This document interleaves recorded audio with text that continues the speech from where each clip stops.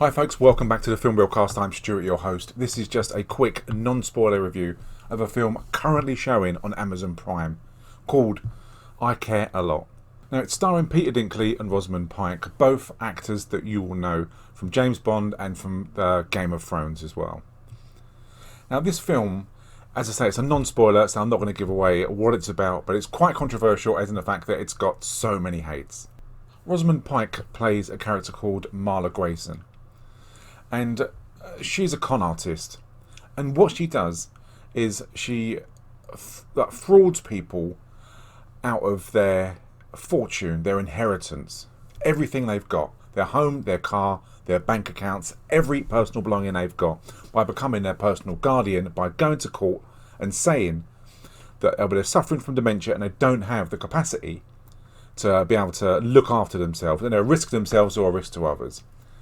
And this is backed up by a doctor friend of hers as well. Jennifer Peterson. She's in reasonably good health, but recently she has shown some signs of memory loss and confusion. Significant. No, but we can tickle that to make an emergency hearing go our way. And she does it to the wrong person. And you see throughout this that a massive wall in her office full of people who she's clearly swindling money from. And the issue I've got from the off is that you see her in court and she's against this son, and she's just taken the fortune away and she's selling all the assets off, and she's making out that the son can't look after her mum. Clearly he's really upset that he's trying to do all he can, but she's got the fortune, she's got the law and on her side.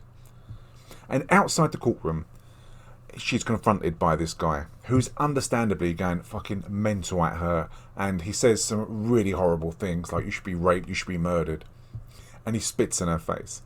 And she comes back and says, the only reason that you're annoyed is you're beaten by a woman, that I haven't got a penis, that I've got a vagina, and this is what annoys you more. Clearly it's not. Clearly that he's lost everything. He's witnessing and he's helpless at seeing his mum get defrauded of every fortune. Yes, that's his inheritance as well, but mum is basically kidnapped, locked in a home. He can't even see her, and that she is taking everything.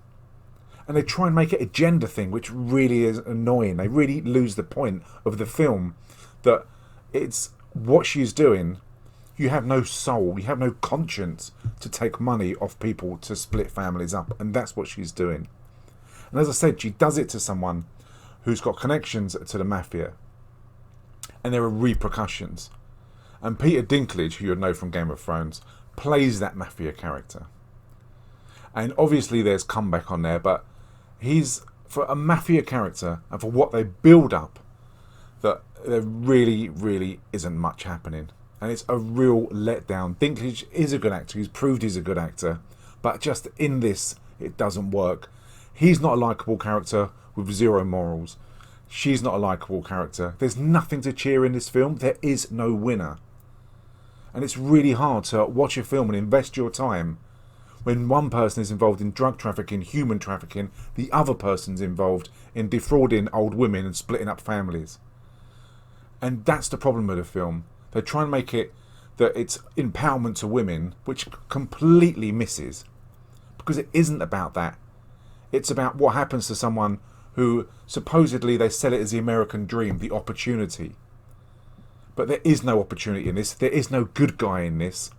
There's just two bad people competing against each other. So there's no payoff for the viewer, which is a real shame. Some people might like it. I've heard people speak really highly of this film and that they really enjoy it. But just watch it, and it's really difficult because your moral compass doesn't sit anywhere with anyone. You're just watching it, hoping that something happens to both of them, which clearly it won't. So it's just a real shame. It could have been a really good film if it would have gone in another direction, but it's just sadly it didn't. For me, this score is really low. This is really disappointing. It went kind of really high profile, this film, because of Rosamund Pike and because of Peter Dinklage. I think they sold this as a massive hit. But for me, it misses the mark completely for the viewer, who basically has nothing to cheer. And at the end of it, you're still left thinking, what's happened still doesn't make me happy. There's still no satisfaction in this completely, which you want to come away from a film feeling good. In this film, it just makes you feel pretty depressed. But watch it, you might think different. Again, there could be a completely different payoff. If you like this film, let me know why you like it. For me, I didn't enjoy it. But there's a whole lot going on. There is a lot more that happens in this, but I don't want to give it away.